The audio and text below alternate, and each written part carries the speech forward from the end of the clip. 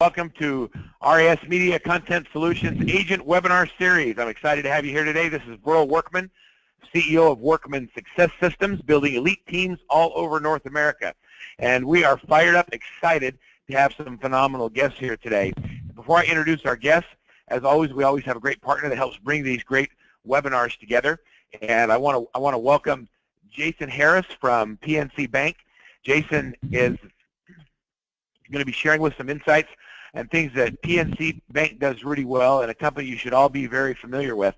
Now, I want to encourage everybody that's on the webinar today to stay tuned to the end. I'm going to give you a link and a website that will give you some very, very valuable information. Both of our guests, both Mark and Cleve, have been very generous in the things that they're going to share with us on the call today, as well as the things they want to make available to you as we get towards the end of the presentation. So stay with us to the end. I'll give you a link where you can download a copy of the presentation, as well as some valuable information that's going to be shared by our presenters. So Jason, thank you for being part of the call today. We appreciate your support and giving back to the industry and helping agents be more successful, and particularly today, helping them attract and win with more first-time home buyers. Yeah, thank you very much, Burl. I appreciate the opportunity to talk to everybody today. Starting off, when we think about first-time home buyers, a big focus on the millennial generation. Slide here to give you a little bit of insight on that. We've got the fastest growing generation now, representing a full 35% and growing of all home buyers. When we think about millennials, very, very specific in their taste. So we've listed a few key characteristics to consider. Generally an educated population, discerning, very socially conscious, and I think the second bullet point there under key characteristics is especially true, very specific in their demands about how and where they want to live. Thinking about ways to target millennials, sharing very relevant and high-quality social content, a lot less interaction by phone and email, and a lot more interaction with things like social media, and we'll share a little bit more about that here on the next slide. So we have at PNC released an excellent resource for realtors at www.pncrealestatenewsfeed.com. It's a mobile-friendly website. It's great. It's an aggregator of social content that allows you can share with your clients and customers. Very easy to share information on LinkedIn, Facebook, Twitter. Great content, and just again allows you to present that information to your clients in a nice fashion. If you can go to the next slide, Burl. So this slide talks a little bit about some of the articles that we're going to be sharing daily. So we're pulling content from Inman News, Forbes, the Motley Fool, Kiplinger, Bloomberg, and other regional and local news sites. I think that one of the primary benefits of this is it's very easy to do. Again, the mobile access is key, and it really keeps you in front of the clients with a lot of very relevant content. And if they're reading this information, they're certainly less likely to be jumping into competitors' websites and ads. And then finally here, just a little step-by-step discussion of how you can leverage the PNCRealestateNewsFeed.com. First, you just visit the site.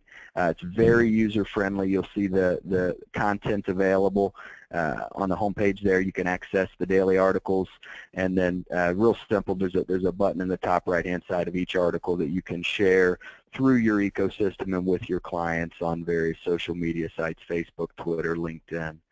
And step 4, again, is use a social media management tool to automate that. Certainly if you guys are taking advantage of the services like that, it can make sharing this data even easier.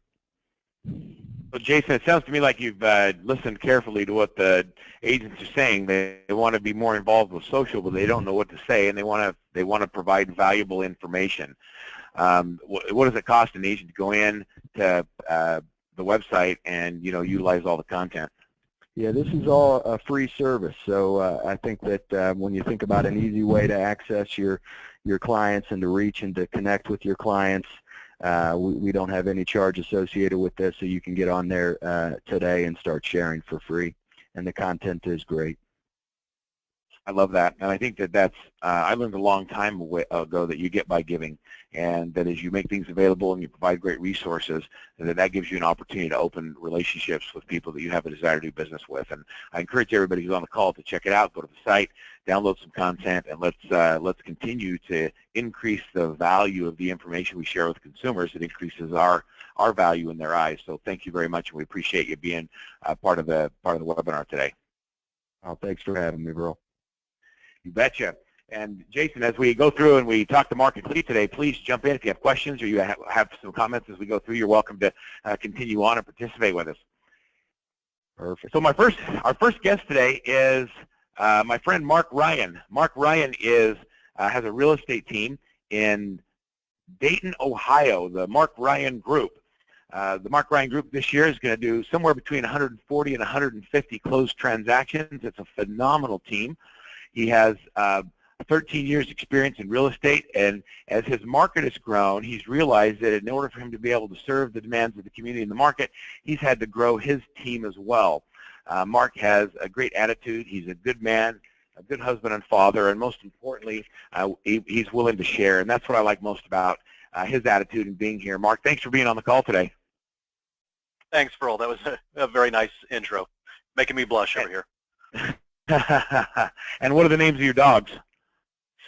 The one on the left is Chance. He was a rescue. The other one is Ditka.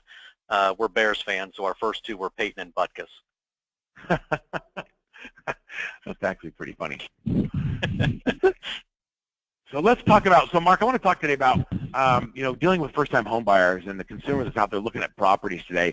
You generate a lot of leads and you keep your buyer's agents busy. There's a lot of things going on in your business right now. Talk to me about kind of your philosophy and what made you target that segment of the market. Well, it makes sense from a buyer agent standpoint. There's a lot of opportunity on the buy side, and then having that team, you can leverage it a little better. So I think whether you're an individual agent or a team, it's certainly lower hanging fruit to find buyers than it is sellers. So that's kind of where we've always focused a lot of our energy. Yeah, that's great. So talk to me about how getting client reviews makes a difference.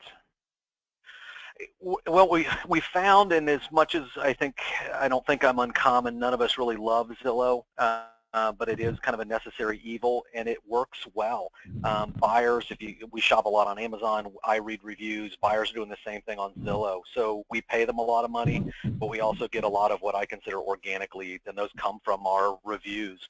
And from other people I mastermind with, and what Zillow agrees with is that the more reviews you have, and when you pay, it helps increase the value of your paid clicks then as well, because they see you more often. And if you pop up in that list of 3 or 4 agents, if I have more reviews than the other people, it's just instinctual that they're more likely to well, I got to click one, I'll pick him because he's got more reviews. We also focus on getting great reviews, and we've been fortunate that we have all 5 stars, which certainly helps. How do you get your clients to actually give you the review? Are you pushing it out to them? Do you call them? What's the process other than you have to actually give great service? That's definitely key, but we do try to start early in the process. Even when we first meet them, we explain to them that, look, we're here in the long term. We're not going to push you into buying a home. We want, what we get paid when you buy a house, but ultimately where we really make our money is by you sending us multiple referrals and other people that need to buy or sell a home. So we mentioned the fact that, especially if they found us, but even if they didn't, hey, a lot of our clients find us based on our reviews. So, hey, as long as, we plan on giving you excellent service, we'd love it if you'd give us a review also. So when other people are looking, it helps them find us instead of an agent that may not be as qualified. So we prep them there, and then at different points throughout the process as well. When the contract is accepted, we'll mention again, hey, we're going to be sending you links for review. If you wouldn't mind doing it, that would be fantastic. We try not to wait until the end. Now, we're not perfect. Sometimes that still happens. But if we can get them before the closing has happened, or now they're packing and moving, and life just gets super busy. If you can get them in that sometime between contract and the closing, they've got a little more time. I know that most people listening say, I wait till the very end. They wait till after the closing, or they do it at closing. You're saying before you get to the closing table, that's when you want to be asking for the reviews and while it's still fresh on their mind. Right, and we've had, and that we used to do the same thing. We'd wait till closing and then ask them, and we just struggled a lot. Took a lot more effort on our part. So we've kind of, it seems like the sweet spot for us seems to be is wait until we get through the inspection period. We've had a little bit of pushback that, well, we're not done yet. So they wanted to wait to give us the review. So if we wait until the inspection issues are handled, then we're really just waiting until closing. We've had pretty good luck with that time frame of working pretty well. What's this email that's on the screen right now? That's one that that we send out, and that one actually may be a little older because I think that's talking about sending it that the truck's arrived. But same thing, just with a little tweak of, hey, we're through inspections. Would you love to give us a review? And we do try to get them not just on Zillow, but Zillow, Facebook, Realtor.com. If we get good response, we know that they're Yelpers, we'll send them a Yelp review as well. So try to get them as many places as we can. I think I've used Yelp in the last, I don't know, 10 days more than I have in the last 6 months. It seems like I've been on the road a lot, so every time we look at for a restaurant or any kind of cuisine, we go to Yelp, and the more reviews there are, and the higher the reviews, the more likely it is we're going to try it. And I have yet to be disappointed. The accuracy is very, very good, and I can see why people who have become accustomed to that and would absolutely look at Yelp for finding an agent. Yeah, and that is the only trick there is they have to be an active Yelper, I guess is what you call them. Otherwise, if somebody's never really used Yelp before and they go in and give you a review, it won't really show up on your profile. It's kind of buried on there. It's there, but not really. So that's the key, is to find people that actually use Yelp and ask them for reviews specifically. Do you use those kinds of reviews? Do people have to find them on the website? It looks to me like you're putting in another marketing and repurposing the content. We do. So obviously a lot of people find us online, but we also have some printed up for our literature, whether it's for buyers or sellers. We're talking about buyers today, so we have a whole packet that we'll get to in a little bit that we take when we first meet a client, and that's one of the pages that we put in there. I think it's actually 2 pages or front and back that gives them some examples of past clients and the pictures and things like that that make it a little more engaging. Yeah, you can see the little sign that we use there. It has sold, which actually I like the other side better for buyers, that says home is where the story begins. It has our website that we use that not only to make the review a little more engaging and believable, but we also use that on social media. So we'll post their review with that picture, and we even let them, share, we send it to them so they can post it around social media and just get some, not necessarily a review, but that's kind of a testimonial. If you put a picture of you and your wife jumping up holding a sign that says Mark Ryan Group on it, you're probably happy with us. So it's kind of a subtle right. review even. I actually love this review, and a lot of people do that. They'll kind of package reviews for types of clients. So when someone says, I'm a first-time home buyer and I was nervous about buying the house, and you made us feel comfortable, like this review says, when you know you're working with a first-time home buyer, do you try and build a package with first-time home buyer reviews so it's other people like them that were in the same experience and this is how they are? Not specifically first-time home buyers, although I think that could certainly be a great way of doing it. We try to systemize things, but we also try to systemize them as easily, not make them too complicated. So we just have a buyer page and a seller page that we use. But you certainly could do that if you wanted to drill down even more detailed and just have just first-time buyer reviews would certainly be possible. Just scrolling through a couple of your recommendations, and it's pretty impressive at all the stars. Yeah, thank you. And we have been fortunate. We haven't had anything but 5 stars, and I can't remember how many we have. I think it's 50 or something like that. So I hope that does add some credibility as well, that we really do try to do our best to do a good job. Talk to me about how you identify whether they're a first-time home buyer or they're experienced, or the whole kind of the sales process a little bit. Gotcha. It really starts at that first meeting or first contact. We use, actually, it's a workman success system.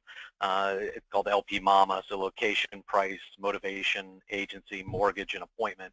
So it's a process the buyer agents go through when they first get them on the phone, usually on the phone. Rarely do we meet them in person, just through email or something like that. But to drill down, find out what's their level of experience, what's their motivation, are they familiar with things.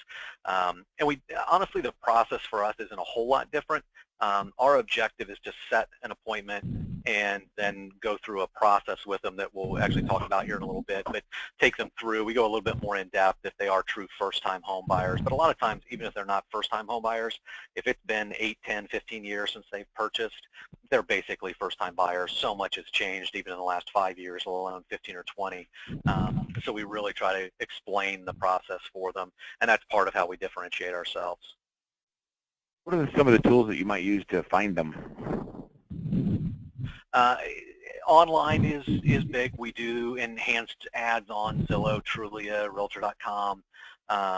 You know, we also do the phone number, the way it works on our yard signs. We do get a fair number of yard sign calls. We have an 800 number call capture, as well as the sign on our yard sign actually rings all of the buyer agents' phones simultaneously. So if an inquiry comes in off of Zillow or off the yard sign, wherever it is, it rings every one of their phones at the same time, and for our purposes, it pops up on their phone. It says team line, so they know it's a buyer that's calling in. So it's really the speed at which you respond back to them. So whether they come in as an internet lead or whether they come in as a phone call, we actually have an inside sales team that calls back within 5 minutes to try to engage them. The good news, bad news with buyers, in my opinion, is that they're not really all that picky. They don't think there's a big difference in agents. So typically it's the first one that gets to them.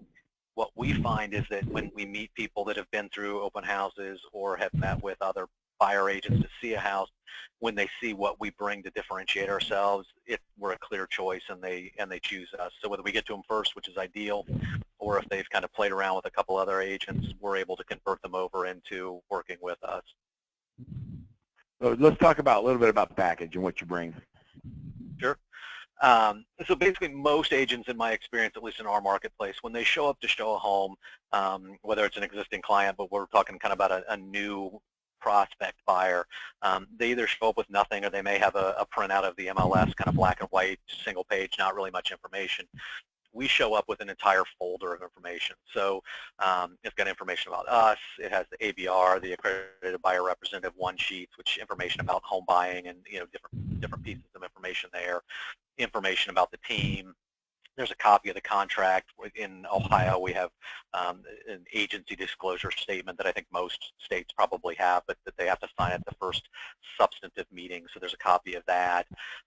And then we also have the kind of a big packet of information for them. So we print out the MLS sheet, the property history, so price changes, the tax record, any disclosures about the property. So we're giving them so much more information than what the typical agent does, that we pretty much, whether they read all of this or not, we've so far gone above and beyond. I think each one of these packets costs us, I don't know, $3 or $4 probably to make.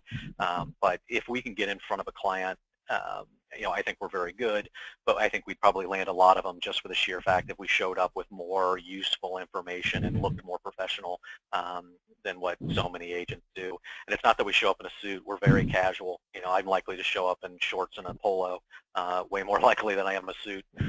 So it's about the professionalism of the information that we bring, more so than our visual presentation, I suppose.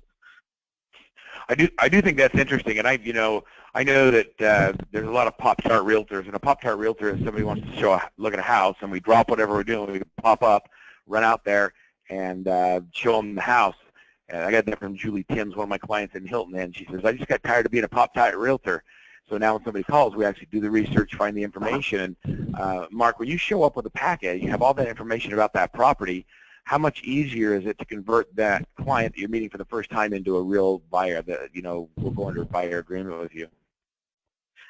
Exceptionally good. We kind of have several steps. If we can get them on the phone, we're pretty likely to land them. If we get in front of them, we're almost surely, probably 90%. Then our next step is to close for an in-office consultation. If we can get them in for an in-office consultation, it's probably well over 95%. Now, occasionally some of those convert into buyers, but then we get them pre-approved, find out they can't buy or something happens. But if we can get in front of them, and I'm convinced the packet is a big part of it, that we just, it just differentiates us between what I would call the average agent, and there's not much comparison at that point. So this is a picture of what some of the pages look like in your packet? Yeah, these are the ABR, which if people don't have, I would highly recommend you do it. I've actually taken the course twice. I did it within a couple of years of being licensed, and I did it again a year or two ago, and actually it changed quite a bit. But one of the best CE classes or designation classes I've taken, CRS is great too, but some really great information, and this is part of what comes with it, is just kind of different parts of the process, and it's not coming just from me. It's also, hey, I'm providing other value. And then here's a copy of the agency disclosures, one that has RE/MAX on it. Then there's the actual purchase agreement, and then there's the exclusive buyer agent agreement. So we give them all of that up front so they can read through it, whether we do it in a consult or whether we go through it there, but they have it all. That's part of my belief too, that they should have the contract and have had the opportunity at least, and if we get them in for a consult, we go through it so they understand what they're going to sign. If you try to explain it to them when you're writing the offer, their head's spinning about where they're going to put the couch, and are the kids going to be excited, and we can't wait to tell our friends, and are we going to get it, and so they don't listen to you. That's again where we differentiate ourselves, is trying to make sure they really understand what they're going to be doing. And then this, what you're looking at, is a bunch of information from our lender. We think it's really important to have a designated lender that you really focus with, so you have a true partnership.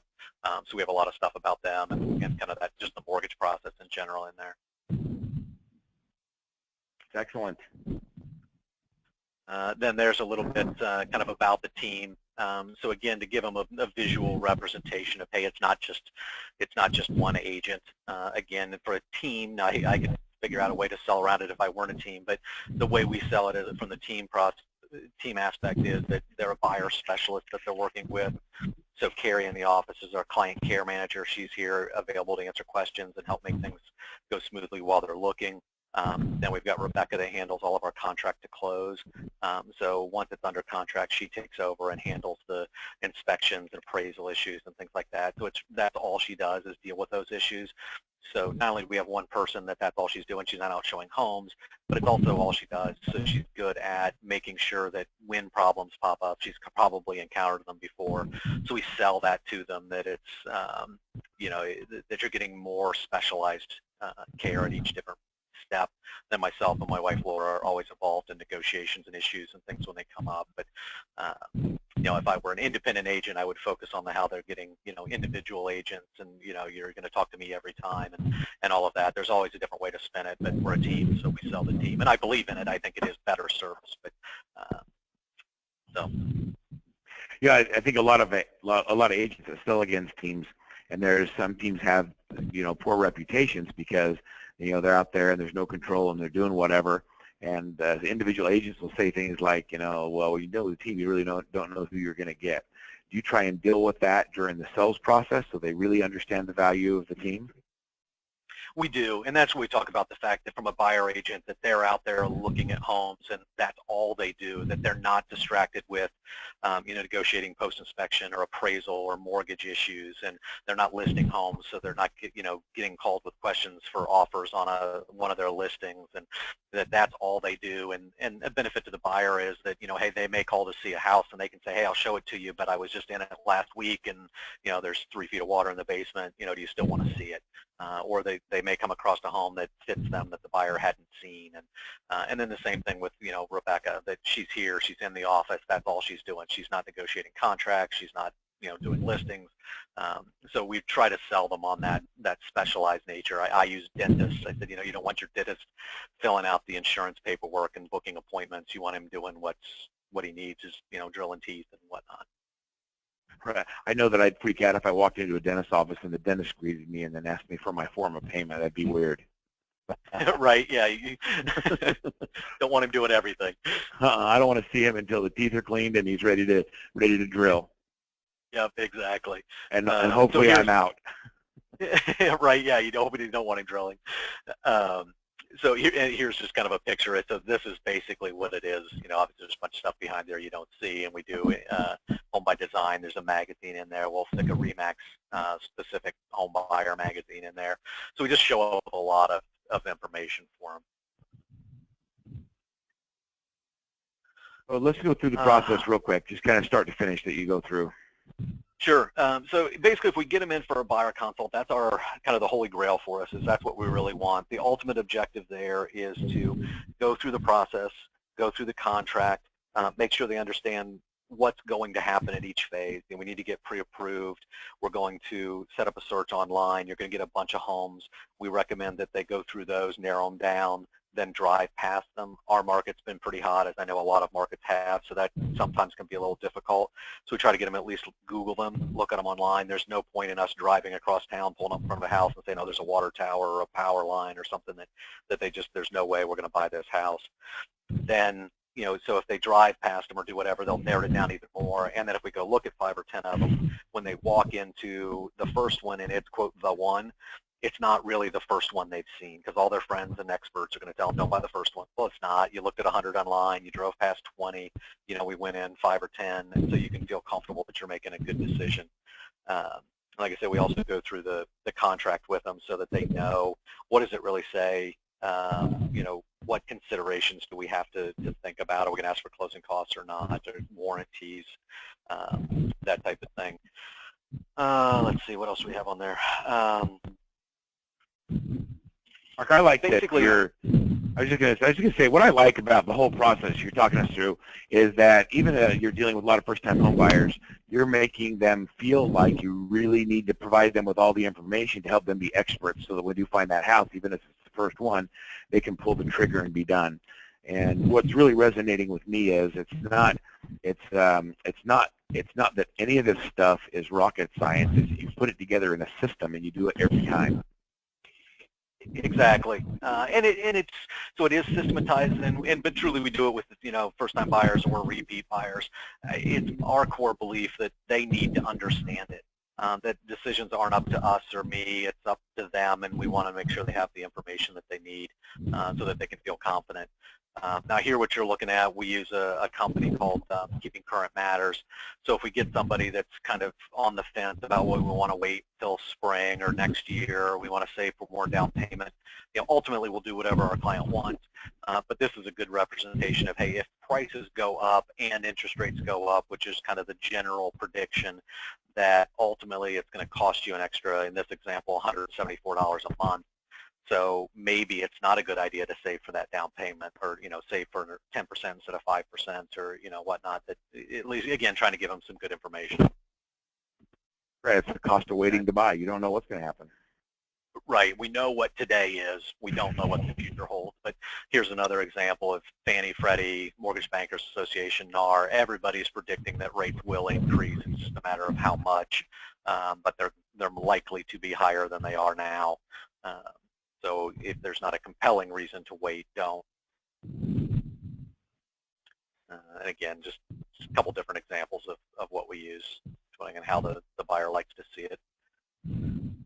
And then this, I'm afraid, will come into more play as rates likely go up. I think they're kind of ridiculously low right now. So, you know, 4% is really low. But to show them, you know, hey, what has historically been, and again, if they're on the fence, you know, here, look how much difference it can impact based on rates, on what kind of a home you can afford.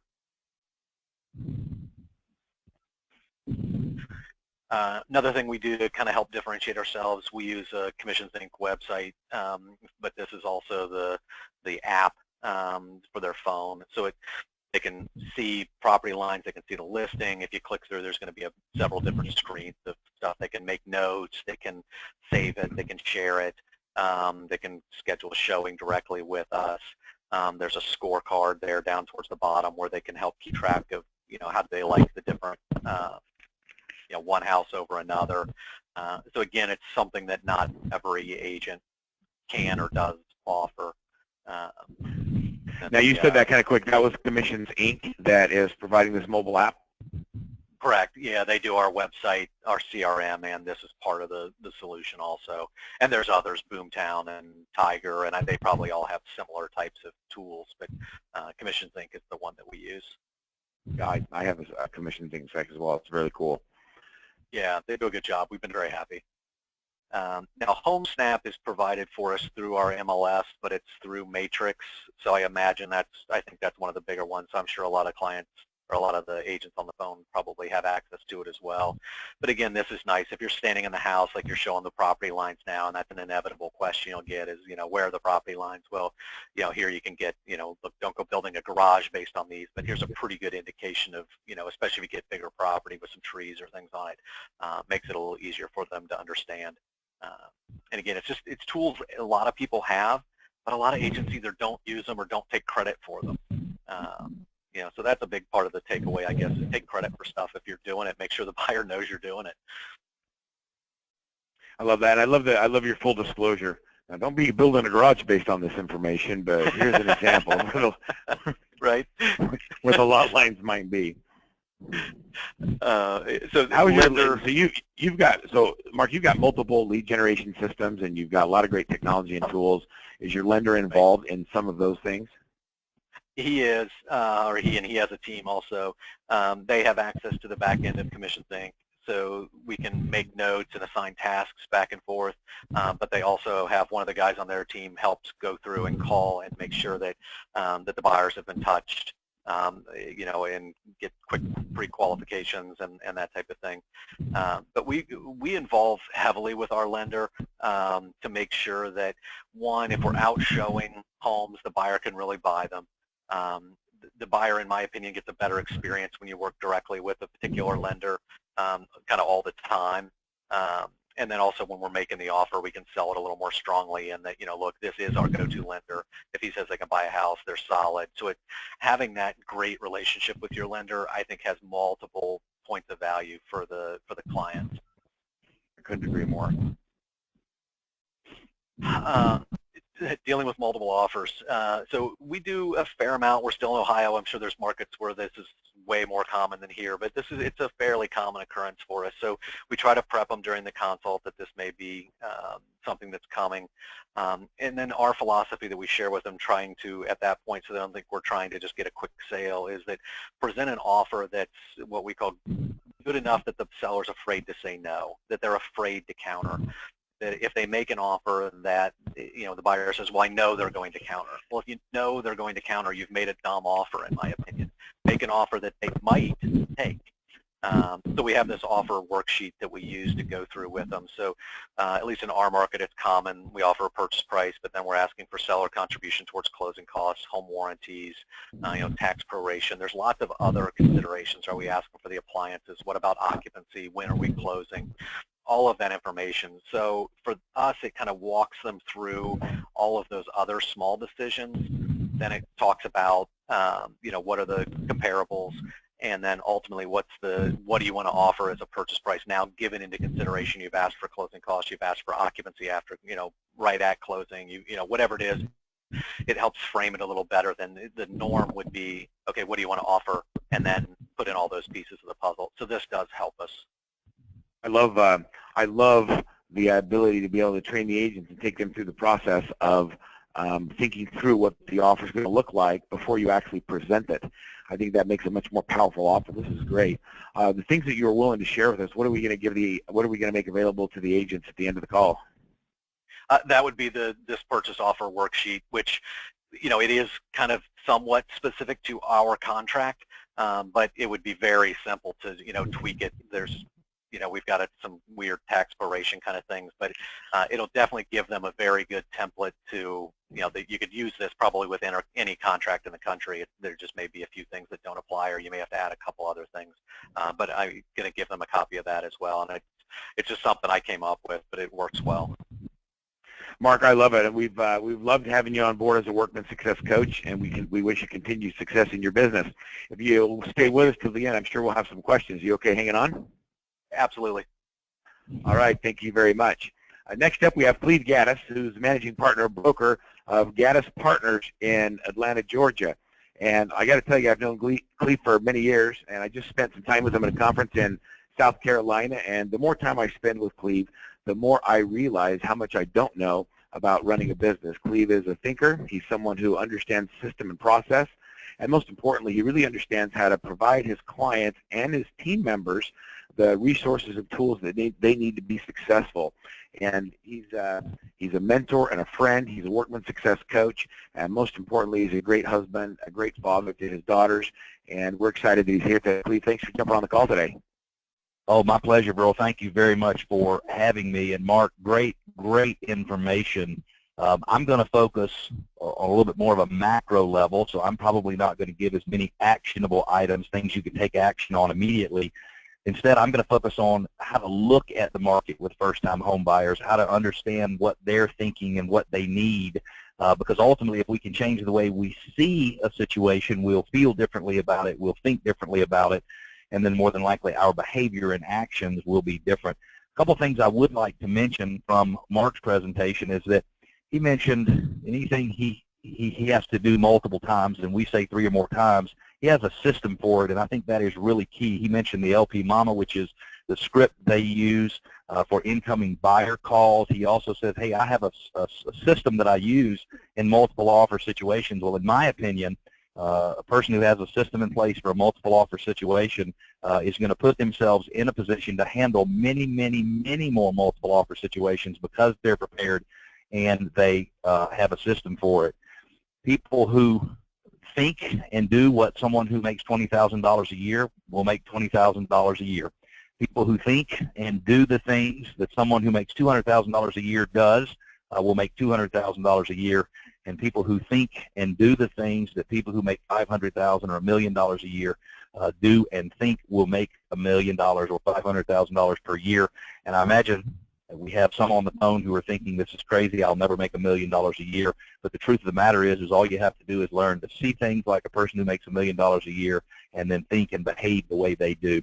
For those of you who are listening who are not on a team, don't fret. There's a lot of conversations out there about teams, and Mark sells his team structure as a real benefit. I happen to be a team leader myself, and I sell my team structure. But ultimately, if I was an individual agent, I could have just as many arguments why people should work with me and me alone versus working with a team in terms of me giving time and attention and helping them make all the decisions, me there for personal support. So don't fret if you're not on a team. First thing I want to talk about is don't assume that you know what a first-time home buyer looks like. I have a gentleman on the radio here in Atlanta. He's been on the radio for about 40 years. He's 62 years old, closed on his first home ever in May of this year. 62-year-old first-time home buyer, has been a renter his entire life. So just because you think you know what a first-time buyer looks like and you understand their demographics does not mean that you do. You need to ask lots of questions and you need to dig deep. And really, in today's world, someone who has not owned a home in the last 3 years is considered by lenders, especially by conventional lenders, as a first-time home buyer anyway. A millennial, what the heck is a millennial? Most people think that millennials are not buying a lot of homes. Nothing could be further from the truth. A millennial is someone who was born between 1980 and 2000, so they're between 16 and 36 years old. There's 92 million millennials. Gen X's are people who are 36 to 50. There's 61 million of those, and baby boomers, which was the largest sort of population surge flowing through the United States, 51 to 70-year-olds, 77 million. So millennials are by far bigger than Gen X's and baby boomers, and they present a tremendous opportunity for real estate agents. Millennials tend to get married later. In 1970, people were 23 years old when they got married. Today, the average person is 30 years old, and that is a big difference. Everybody says they don't like to buy, but the truth is that they do. Tons and tons of information out there for you to be able to research. NAR has a field guide to home buyers and sellers, Gen Y. A millennial is the youngest of the Gen Ys. So you can get tons of information about how they think and how to work with them. And the more you know about this group, the better off you are. I'd like to, Jason, just pull you back in for just a second, because I think the resources that you provide, the social contact stuff, the sharing stuff you do, I think that is huge. And I noticed that you provided information and articles from Inman, Forbes, Motley Fool, Kiplinger, Bloomberg. These are places that millennials and first-time home buyers are wanting to read anyway. So can you just tell us again real quickly how somebody would go about getting set up to take advantage of your social media stuff? Yes, thanks. It's on our website at www.pnc realestatenewsfeed.com. It's real simple. If you head to the website, you will literally, the content is just staring you in the face on our homepage. You'll see there's about 10 articles a day that we're adding to that. And it's as simple as clicking in the top right-hand side and sharing with your, through your social media or via email for your customers. So it's just about as convenient as you can make it, and the content on there is great. The nice thing too is it does regionalize and localize some of that content. So if you're logging in here, for example, I'm in Columbus, Ohio, you'll see some articles from our local paper, The Dispatch, about the real estate industry. So it allows you to get a lot of that national information as well as to pull some of that local information in as well. And there's bunches and bunches of agents I know out there who say, well, I only want to publish my own stuff, the stuff I write. The problem is they never write anything, so they never publish anything.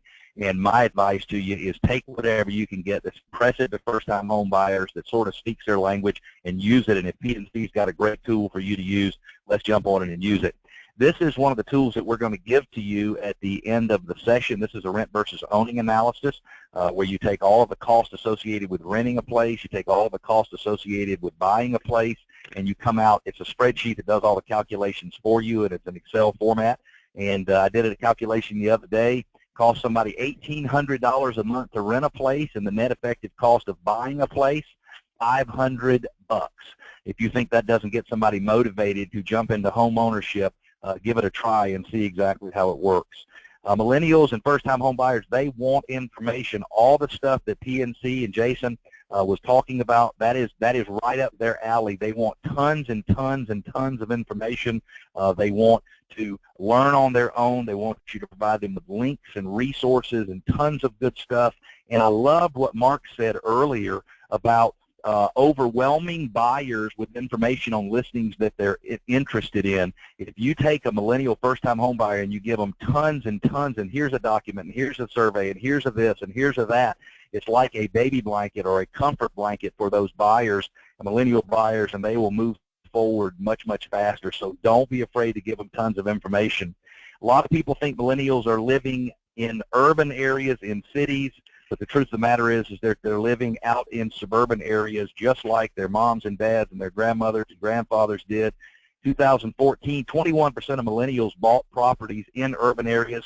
By 2015, it was all the way up to 17%, which means 83% of the millennial first-time buyers are buying out in suburban areas where the homes are affordable, the schools are good, and they can enjoy quality of life. The main reason they're being pushed to the suburban areas is because of the affordability of the houses. They'd love to live closer to where all the action is. The problem is they can't afford it, just like we couldn't afford it when we were first-time buyers as well. Next step, I thought you were going to say we couldn't afford it when we were millennials. Yes, Burl, I have never been a millennial, and since I know that you are older than I am, you have never been a millennial either. Anybody that doesn't believe that, just check out Burl's picture again at the opening of the presentation, right, and you'll see that he is not a millennial. Millennials and first-time buyers, they want a step-by-step plan. What's first, what's second, what's third. So don't be afraid to give them a plan. Here's a great resource from House Logic, made possible by the National Association of Realtors, which really gives a step-by-step process of what do you do in the year before you buy a home. Because you shouldn't be talking to millennial first-time buyers who want to buy a home today. You should have been talking to them the first time last year and building a relationship and providing them with information and meeting them for coffee and discussing all the options and possibilities. One of the things you need to be careful about when you're dealing with millennial buyers, younger buyers, is student loan debt. The average person graduating from college in the United States has $33,000 worth of student loan debt. That decreases their buying power.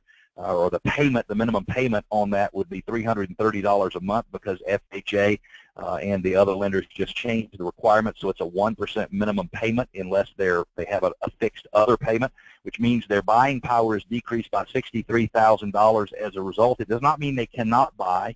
It means their buying power is affected by their student loan debt. So you want to make sure that you, as a real estate professional, understand how that works.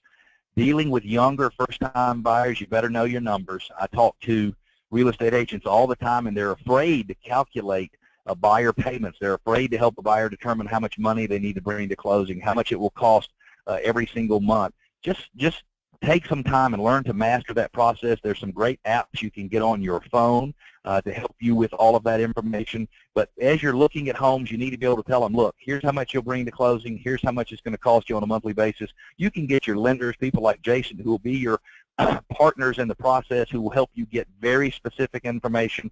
But you as a lender, and I know, Jason, a lot of times probably buyer's agents come to you and expect you to do all that work. And wouldn't it be helpful if they could do some of that in advance? Yeah, no question about it. I think having that resource available on a Saturday evening, if for some reason they can't get in touch, is sometimes the difference between winning and losing, especially in these multiple offer situations. But now, Jason, I've heard you're available 24 hours a day, 7 days a week. Is that? Unfortunately, that might be more spot on than it should be. But yeah, no. Unfortunately, with prior approval from your wife, you're available around the clock, right? That's right. That's right.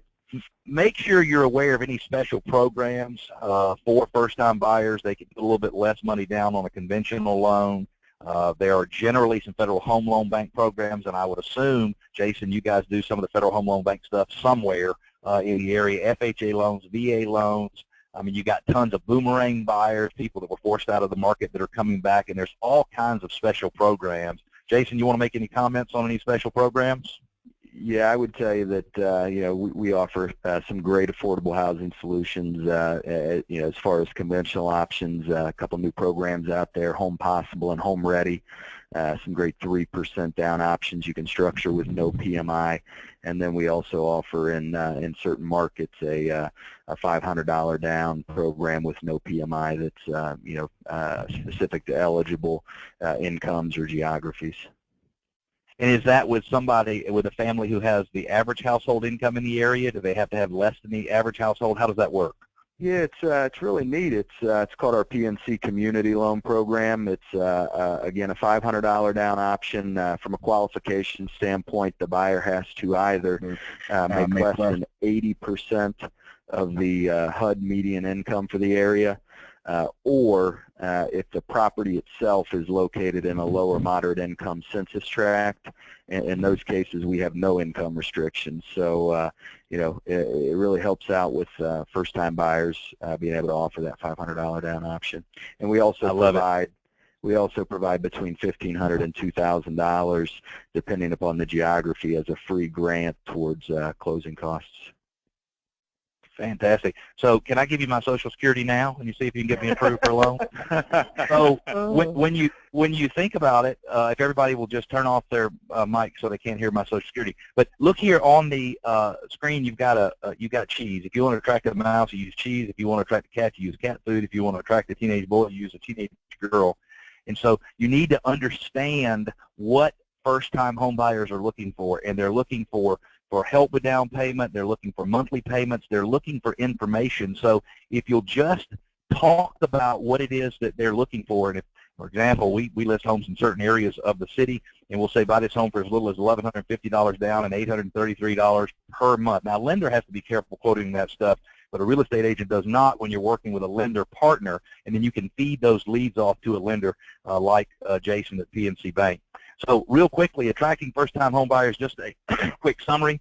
Publish informative articles on social media. Use something. If you want to use the PNC resources, that's great. If not, just use something. Target apartment communities. Tons of people who are renting now are going to get back into the market for home ownership. Add to your marketing the fact that you work with first-time home buyers and you have a specialty. I talk to people all the time who say, Cleve, I didn't even know you did that. I didn't know you work with first-timers or work with investors or work with people who buy vacation or investment property. And it's because we don't tell them what we do, and we need to make sure that we're telling them, let your sphere of influence past clients and your top 50 program. When you have a website for first-time home buyers or millennials, make sure that it looks like something that would be attractive to a millennial. On the left, you got lots of type, and it's hard to read, and it looks like an old website, perfect for a 50-year-old man. The one on the right, it's sort of clunky and more bulky, and it's a Web 2.0 type look to it, and you want to make sure that you have a look that is attractive to a first-time home buyer and a millennial. And then we believe that you need to have proprietary language, and what we mean is you need to have ways of referring to the systems you use that are unique to your business. People say, well, I don't have time to do that. I only work with 20 buyers a year. Well, come up with a name for the system that you use, and you might work with 40 buyers a year because people want the ABC 123 program for first-time home buyers. In our business, we call this program the Sure Home Buying System, and it's a 71-step process that we've created start to finish, where we walk a buyer through how do you get ready to buy a home, how do you find the home, how do you structure offers and negotiation, how do you do your due diligence, how do you get prepared for closing. And so one of the things that we will share with you as a free gift is what's on the next slide there, Burl, and that's just an outline of the main steps of the Sure Home Buying System. You can't use the Sure Home Buying System because it's something that we actually own, but you can certainly take that and steal it and come up with a different name and use it really however you wish. And sorry, Burl, I went so fast, but I was trying to make sure I got it all in. You know, I had a few questions as you were going through there, but I was waiting for you to take a breath. I take a breath once every 30 minutes. As you help other agents and you help your buyer's agents understand the process, how long does it take before they can work one-on-one with a buyer and you feel comfortable turning them loose when they follow your system? Well, I mean, we still, kind of hold their hand fairly closely for the first 90 to 120 days, but following a system, it's a lot easier to turn them loose. I mean, they're ready a lot faster than they would be otherwise. Yeah, I appreciate that. So what are some of the methods that you use as a team to generate new clients? Everybody asks, and the questions light up, where do you get your clients? And Cleve, I didn't do a very good job of talking about the size of your team and the amount of business that you do. Would you mind just telling me a little bit more about your team? What's the size of your team? And so it's me and 5 other agents, a total of 6 of us. We'll close a little over 200 deals this year, probably generate $1.8 million, $1.9 million worth of gross commission income. It's a good little team, and it's profitable for everybody. I think our average GCI per agent is about $290,000, or will be in 2016. Yeah, I think that's really important that you're generous, that you pay your people for the work that they do, and you also have a very profitable business as well. What are the things that as you help coaching clients, and Cleve is one of our coaches at Workman Success Systems, as you help coaching clients, what are 2 or 3 of the things that you found in helping others understand the power of incorporating systems in their business? The two things, Burl, that we try to do right off the bat, which actually are going to sound kind of boring, and everybody who's on the call who's looking for a secret is going to be disappointed, but you have to have a way of working your past clients, your sphere of influence, your neighbors, your relatives. It depends on how long you've been in the business, but you have to have a good client relationship management software program. You have to have ways of reaching out to people 12 times a year, probably in print on 6 times a year, something like that. But you have to create relationships and sort of stir the pot with the people who already know who you are, and you have to be very clear about who you are, what you're doing, what your values are, and why somebody would want to work with you, and then make sure that they understand all of the systems you have. So that's number 1. And number 2, if you have some listings, you need to put a call capture system in place for those listings. You'd be surprised if you have the right flyer out in front of that listing that leaves out some very important information, like, for example, the number of bedrooms, bathrooms, and the price. You'd be surprised how many people will call an 800 number to ask that. And we have found that out of every 10 calls we get, we can convert about 1.5 to 2 of those buyers into closings over time. So those would be the 2 things I would start with, Burl. And you could do something like a call capture system on another agent's listing in your office if they didn't want to do it for themselves. So, Mark, this is for both you and Cleve, if you don't mind jumping back in. A lot of people are saying that the lack of inventory for the first-time home buyers at a conference. Actually, it was the RISMedia CEO Exchange in New York last week, and there was a lot of talk about the downward pressure from the baby boomers that are downsizing, and then all these pent-up buyers, the first-time home buyers looking, and they're putting a lot of pressure on those less expensive houses. How are you dealing with the lack of inventory in your market, or is that a problem? It has been a problem. And again, that's kind of an advantage of the buyer specialist, is they are more available. We do keep them pretty busy, but that is part of the advantage, that when buyers do need to come in, once they're engaged with us as a client, so they signed an exclusive buyer agent agreement, then when they need to see something, that agent's more available to get them in quickly, which often is sadly just the key, is you've got to get them in there quickly. Then also it's about making a good, strong offer, that if we're in multiple offers on those deals, then you've got to present it correctly. So that falls back to kind of that worksheet that we use, having a strong lender relationship so we can sell it, or just the ability to get a pre-approval letter at 7 o'clock on a Saturday night, so we can make an offer and not say, well, we'll get you the pre-approval, it's right here. Doing everything we can to make that offer stand out as the one they should pick. Our reputation in the industry, I think, goes overlooked by a lot of agents. We work very collaboratively. We try to, we advocate hard for our clients, but we also are friendly. We want to have a good relationship, so that I know I do it. If I've got 2 offers and I like one of the agents and I know the other agent's extremely hard to work with, I'm going to share that with my client. And obviously they make the decision, but there's a price point at which a lower offer with a better agent may win. Or same offers, they're going to pick the one with the agent that's got the better reputation. So we work hard to make sure that we have a good reputation. Cleve, can I ask you the same question? Yeah, and Mark, I mean, he hit the nail right on the head. And what I think Mark is saying is that if you have an appropriate understanding of the market, then you don't have a problem with the market. So people who say they have a problem with the market and there's not enough inventory, is because I guess they stick their head down in the sand, and when a buyer wants to buy a home, they pull their head up out of the sand, and they're like, oh my God, everybody's trying to compete for these listings. Well, duh. I mean, that's what's been happening for quite some time. And if you understand the market and you know how to work the system and educate your buyers and prepare them, and sometimes you just got to get a buyer to make an offer quickly, bad offer, good offer, whatever it is, you got to get them to get in the habit of making an offer, because eventually, by the way, if they make bad offers to start with, the market will train them to make good offers. Am I right, Mark? I like that. I like that terminology of the market will train them. That's very true. We try to do it, but sometimes they need to get trained by the market as well. And when you get a buyer and they say, hey, I want to go in at 135 on this 155 property, a lot of agents say, no, you can't do that. You can. Yes, you can. Just write it up real fast and send it over there. Call the agent, say, hey, I apologize for it. Get me a counter. No matter what, we're going to get this thing worked out. And let's see if you can get the discussion started to get them under contract on a home they love. Sometimes we just handle it wrong as agents. Very true. So much great information on the call today. I wish we had more time to spend with both of you. On behalf of Workman Success Systems and RISMedia and our phenomenal mortgage partner today, we appreciate everybody being here. Cleve, will you just kind of share with us one more time what it is that you're going to share with everybody that was on the call, and then I'll have Mark do the same thing. Mark, you go first, actually. Sure, it's there in the middle of the page, so it's the purchase offer worksheet that we use. So it'll help walk you through kind of a good logical flow of how to arrive at all of the other things before you discuss price with them. So at least in our market, we often run into them wanting to make low offers. This helps them understand that, hey, here's what your offer really means. This is what the seller is going to see. Sometimes that matters, sometimes it doesn't. It's about the comps, but that's on here as well. So I think you'll be able to probably use it right out just as it is, but if you may want to tweak it, it'll be easy enough to do. So I hope it helps.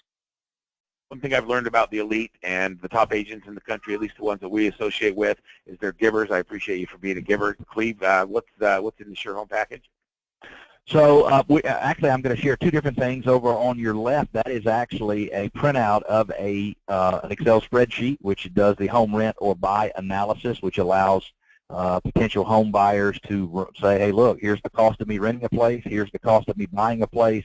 And I think all of you will be extremely surprised when you run your first analysis to see how little it costs somebody to own a home versus what it costs to rent a home, even when the prices of the properties are all fairly similar. And then over to the right, you just have an outline of our Sure Home buying system, which gives the steps that are involved in the Sure Home buying system, just as maybe something as a catalyst to get people who are on the webinar today started thinking about how they might want to create a system of their own. Jason, on behalf of PNC Bank, thank you for being here. We appreciate you being a partner in the series. I hope that a bunch of people go on and utilize the valuable content that's provided and give you an opportunity to see how good the job you can do in helping their clients get into their first homes. And for those of you who feel like, you know, there's another level, there's another place that you could be performing at in your own business, we encourage you to go to workmansuccesssystems.com, fill out a request for a private coaching consult. Both Mark and Cleve Gaddis are coaches with us, and imagine having one of those guys in your ear each week as you go through and learn how to become a better agent and take your business to another level.